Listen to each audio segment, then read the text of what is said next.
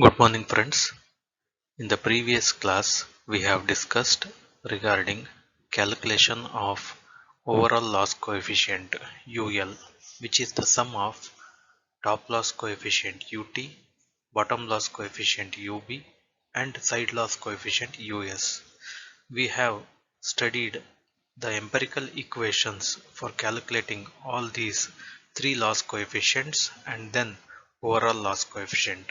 In this regard, we have solved one problem also in the previous class. Now, in this today's class, let us continue with the definition and derivation of collector efficiency factor. In order to derive the collector efficiency factor, the heat that is going to lose from the collector can be calculated. If the average temperature, that is TPM, is known, but we don't know the mean temperature of the plate. Therefore, it is necessary to consider flow of heat in the absorber plate across the fluid tubes to the fluid so that the value of TPM can be related to the inlet fluid temperature, which is a known quantity. So in any type of a collector, we generally don't know the mean temperature of the plate directly, but we know what is the fluid inlet temperature, Ti. So using this concept of Ti, TPM can be calculated, that is mean plate or average plate temperature can be calculated by considering flow of heat in the absorber plate across the fluid tubes. For example, this is the absorber plate, these are the tubes. So there will be some adhesive or brazing done here in the hatched portion. So how the heat will flow from the absorber plate to the tube. This is the cross section I have written here. By using this technique, if you know the inlet temperature Ti, TPM mean plate temperature can be found. Now, this approach is not as simple as it seems, but in order to make it simpler, we have some approach or a standard approach adopted here. So this approach will have one-dimensional analysis. The first one-dimensional flow of heat in the absorber plate in the direction right angle to the direction of the fluid flow.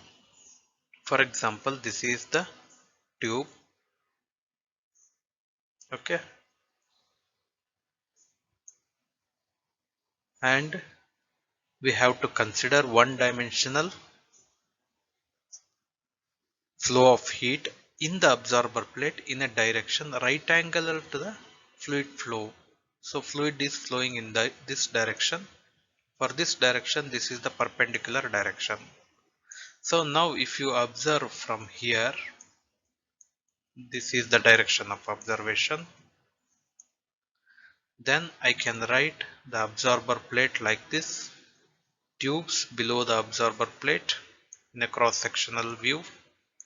Now the fluid flow direction perpendicular to the direction of observation, perpendicular to the plate as well as perpendicular to the direction of observation.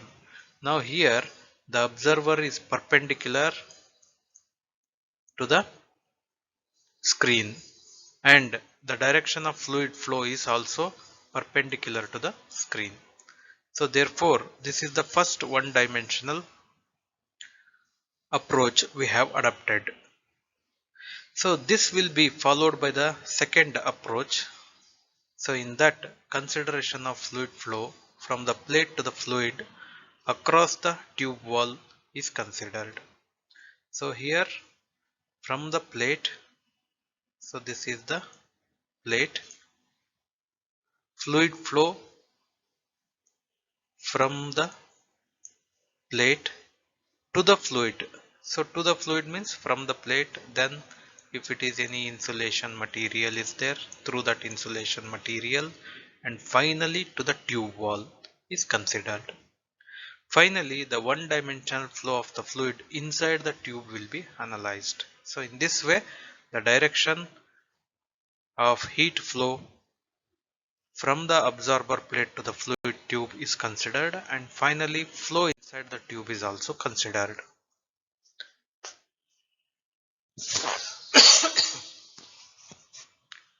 This is the schematic of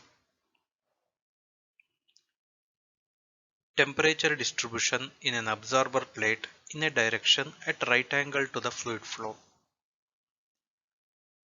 Now in this figure you see that this one will be the absorber plate. So these are tubes and the heat will flow from the absorber plate to the tubes. This hatched portion is adhesive material which will bond the fluid tubes to the absorber plate. This above line represents the temperature distribution across the absorber plate. So this is the schematic of temperature distribution in an absorber plate in a direction at right angle to the fluid flow direction. Now the tubes are perpendicular to the observer or screen. The direction of fluid flow will also be the perpendicular to the observer, and for that again the right angle direction will be like this. In that direction we are going to consider the temperature distribution in the absorber plate. Now you see that at this point, at the center point of between two tubes, the temperature will be maximum and heat will start to flow towards the tubes, and temperature gradually decreases at the portion where the insulation material is attached to the absorber plate, and then it will be steady in this region and the heat will flow to the tubes. Now to derive this collector efficiency factor, we have to consider a collector having a absorber plate of length L and width L2. So length will be the L and width will be L2. Assume that there are n number of tubes. For example, this is the collector, let us say. So this is L1, then width will be L2, and tubes are in this fashion parallel to the L1. Then number of tubes will be n, let us say n number of tubes are there. Then pitch of the tube is taken as W divided by width of the tube L2 divided by number of tubes.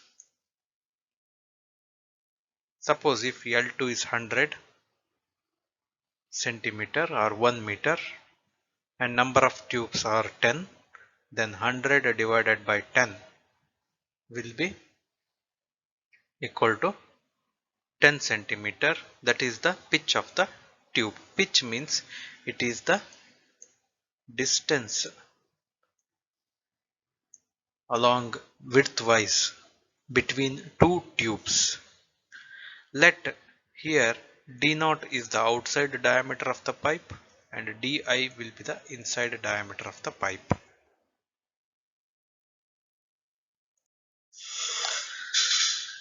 Now you have to consider a cut section of the absorber plate with two adjacent fluid tubes. I have considered here two tubes and a cross section or cut section. The temperature in the plate is Tp. So this plate is having a temperature of Tp. So that is shown here. And that will vary in the x direction. So this will vary as shown in this by this temperature profile. At the exactly center point of two tubes, the temperature will be maximum, and on the either side heat is flowing towards the tubes, therefore it decreases, and on the portion of the uh, tubes the temperature remains almost constant. It will be assumed that the same distribution exists between any two tubes. So if there are 10 tubes, I have considered only 2 tubes, and the same temperature distribution or same pattern is assumed between the tubes. Whatever the tubes you consider, between those tubes the same temperature distribution exists. So this is an assumption. Above the fluid tubes the temperature will be constant. So you see that there is a straight line here and here. This indicates that above the tubes the temperature is constant, while in between the tubes the temperature will pass through a maximum. So this is in between region. The temperature reaches maximum exactly at the center point. Take a slice dy along the flow direction and negligible heat conduction in the plate in that direction. Now we will consider a slice dy along the flow direction. So here this is the flow direction will be perpendicular to the screen or perpendicular to the observer, or aligned with the observer direction the fluid will flow. We have to consider a slice dy, and we have to neglect heat conduction in the plate in that direction. So you don't consider the conduction of heat perpendicular to this absorber plate. Consider only heat conduction in a direction like this, in a widthwise L2 parallel to L2 you have to consider. Don't consider conduction direction of heat perpendicular to you. Now we can write the energy balance for an element dx dy. So for element dx dy, if you write the energy balance, then this will be the energy balance equation. So here, so on the absorber plate we have considered one element like this hatched portion that is having a dimension dx dy. Dx is the arbitrary length in x direction, dy is the arbitrary length in a y direction. Now net heat conducted into the element. So this is the heat that comes into the element, that is written by this conduction equation Kp into delta P d square Tp by dx square into dx dy. So Kp is thermal conductivity of the plate, delta P is the thickness, Tp is the temperature of the plate, x and y are the directions, plus S into dx dy. So S is nothing but incident solar flux multiplied by the area dx dy, which will be equal to, see, amount of heat gained should be equal to amount of heat lost. So the element how much it receives, the same amount of heat has to be transferred to the fluid. Therefore UL into dx dy, Tp minus Ta is the temperature difference. After simplification I will get d square Tp by dx square is equal to UL divided by Kp delta P multiplied by Tp minus Ta minus S divided by UL. This is rearrangement. In this equation it can be solved using boundary conditions. Now what are these boundary conditions? At x equal to 0, dp by dx is equal to 0. Means at portion where we have considered the origin at x equal to 0, change in the plate temperature along the x direction is considered as 0. So it has reached the steady state. Means there is no change in the temperature of the plate at position x equal to 0. And x is equal to W minus d naught divided by 2. W is the pitch, d naught is the outer diameter. W minus d naught divided by 2 is at x equal to 0, that is midpoint. W is the pitch, I have told you, between two tubes. So this is called as W is the pitch, which is equal to L2 by N. Okay. Now at W minus D naught means this is D naught, both the sides D naught by 2, D naught by 2, therefore total is D naught. Again that divided by 2 is this portion, center portion, where Tp is equal to Tp naught. So at this portion the temperature is maximum, you have seen. So where this point Tp is equal to Tp naught. So this is the boundary condition. Now substituting this gives the equation Tp minus Ta plus S by UL divided by Tp naught minus Ta plus S by UL is equal to cos mx divided by cos or cos hyperbolic m into W minus d naught by 2. Rearranging, I will get m is equal to UL divided by Kp delta P to the power of half. The temperature distribution obtained is similar to that for long rectangular fin.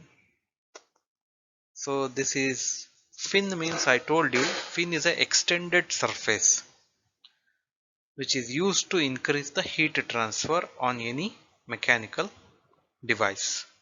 For example, you may find the extended portions or surfaces on the outer periphery of the cylinder, engine cylinder in a two-wheeler.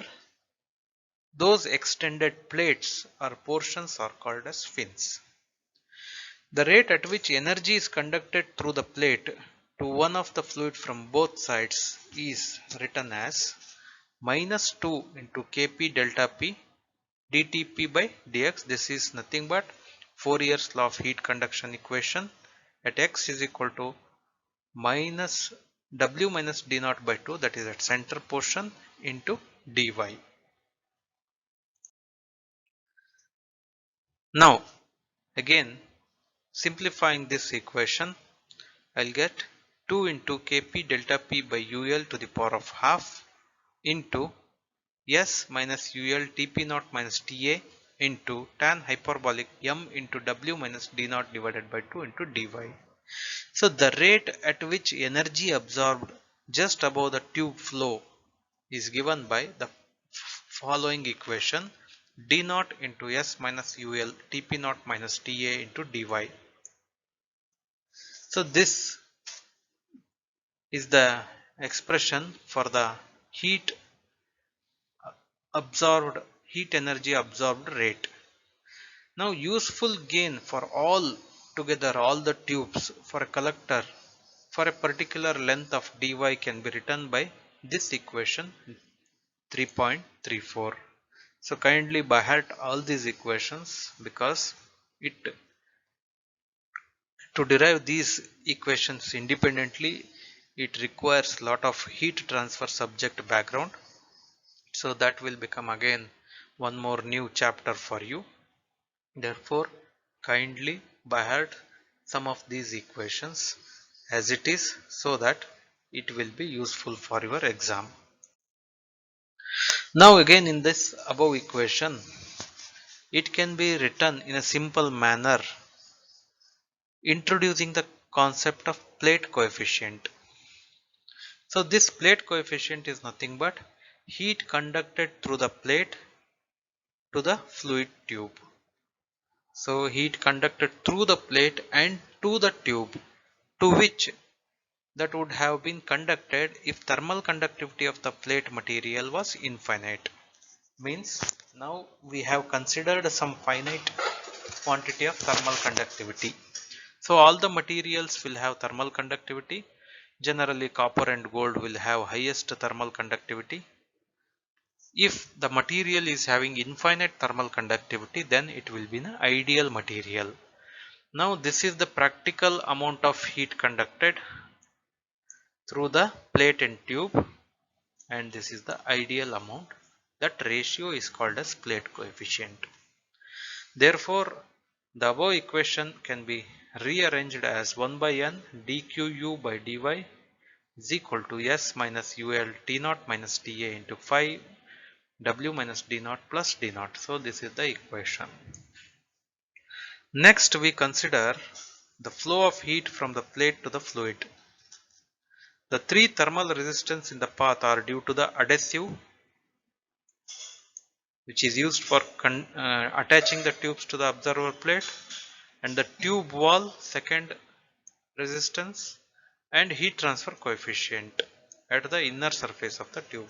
So there are three resistance in the path of the heat flow. For example, this is the collector, this is the tube, so this is the adhesive. So this one offers resistance, that is first resistance. So tube is made up of some finite thickness, this is the second resistance, and third one is inside, there will be heat transfer coefficient, third resistance. Assuming all these thermal resistance of the tube wall are negligible, we will proceed as like this, that is 1 by n dqu by dy, which is equal to Tp naught minus Tf divided by delta A Ka d naught plus 1 divided by pi di hf. So now combining these two equations, we have the equation 3.37. To eliminate the intermediate temperature Tp naught, which is an unknown quantity. Now we will define the term called collector efficiency factor. So that is F dash. So F dash is written by this equation, 1 divided by WUL into 1 over UL W minus D naught into 5 plus D naught plus delta A by Ka D naught plus 1 divided by pi di hf. Substituting this equation of 3.38 in the above equation 3.37, we will get this equation, where in this equation F prime represents the ratio of actual useful heat gain rate per tube per unit length to the gain that would occur if the collector absorber plate is at a temperature Tf. Tf is the fluid temperature. So useful heat gain rate per tube per unit length, okay, divided by if the collector if the collector absorber plate is maintained at the temperature Tf. So that is the equation. So now with this, using the collector heat removal collector efficiency factor, so we will solve some more problems, one or two problems, after deriving one more derivation, that is collector heat removal factor. So with this I will conclude today's session. Kindly go through this derivation very uh, with a keen observation, and try to practice this derivation as many times as you want, okay, until you will get familiar with all the equations, because you will have a lot of heat transfer equations. Generally these equations are available in the data handbook of heat transfer of mechanical engineering, but for you people you may find this derivation little bit difficult, because you don't have the fundamentals of heat transfer concepts. Therefore kindly by heart these equations and try to go through these equations and try to go through this video as many times as you want. That is why I have made this video and I am uploading this video in the YouTube, so that if anyone is missing this class, they should take the benefit of watching this video as many times as they want and learn this derivation. Hope you will understand this derivation. There are only another one or two derivations and one or two numericals in this chapter, and rest all again theory portion is there. So you need not to worry about the lengthy derivations. You have to by heart. This is the only module which is having some of the numericals. Okay, with this I will conclude today's session, and please go through the video in the YouTube. Thank you.